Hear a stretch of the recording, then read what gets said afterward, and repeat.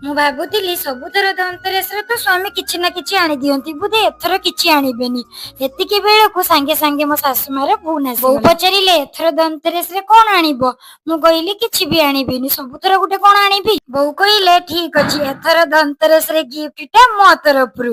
ଆଉ ଏତିକି ଶୁଣି ୟସ୍ ମୁଁ ତ ପୁରା ସାଙ୍ଗେ ସାଙ୍ଗେ ରେଡି ହୋଇଗଲେ, ଆଉ ସ୍ୱାମୀଙ୍କ ହାତ ଧରିଲି, ସିଧା ଚାଲିଲି ଗୋଲ୍ଡ ସପକୁ। ଖାଲି କଣ ଏକା ଗଲି, ସାଙ୍ଗରେ ନେଇଗଲି ସାନ ନଣନ୍ଦକୁ, ଭିଡିଓ କଲ କରୁଥିଲି ବଡ ନଣନ୍ଦକୁ। ଆମେ ଭାଉଜ ନଣନ୍ଦ ଧନତେରସରେ କଣ ଆଣିଲେ ଆପଣ ମାନେ କମେଣ୍ଟରେ ନିଶ୍ଚୟ ଲେଖିବେ। ଆଉ କିଣାକିଣି ସାରି ସିଧା ଚାଲିଲୁ ହୋଟେଲକୁ ଖାଇବା ପାଇଁ। ଆଉ ବିନା ପିଆଜ ରସୁଣରେ ଖାଇବା ଯେ ଏତେ ଟେଷ୍ଟି ହୋଇଥିବ ମୁଁ କେବେ ବି ଭାବିନଥିଲି। ଖାଇସାରିଲା ପରେ କିଛି ସପିଂ କରି ମୁଁ ଘରକୁ ପଳେଇ ଆସିଲି। ସେଠି ଆଉ ଭିଡିଓ କରିବା ପାଇଁ ମୁଁ ଭୁଲି ଯାଇଥିଲି। ସେଥିପାଇଁ ୟଶର ଡ୍ରେସ ଗୁଡାକ ମୁଁ ଘରେ ଆସି ଆପଣ ମାନଙ୍କୁ ଦେଖି ଦଉଛି। ରହିଲି, ଜୟ ଜଗନ୍ନାଥ।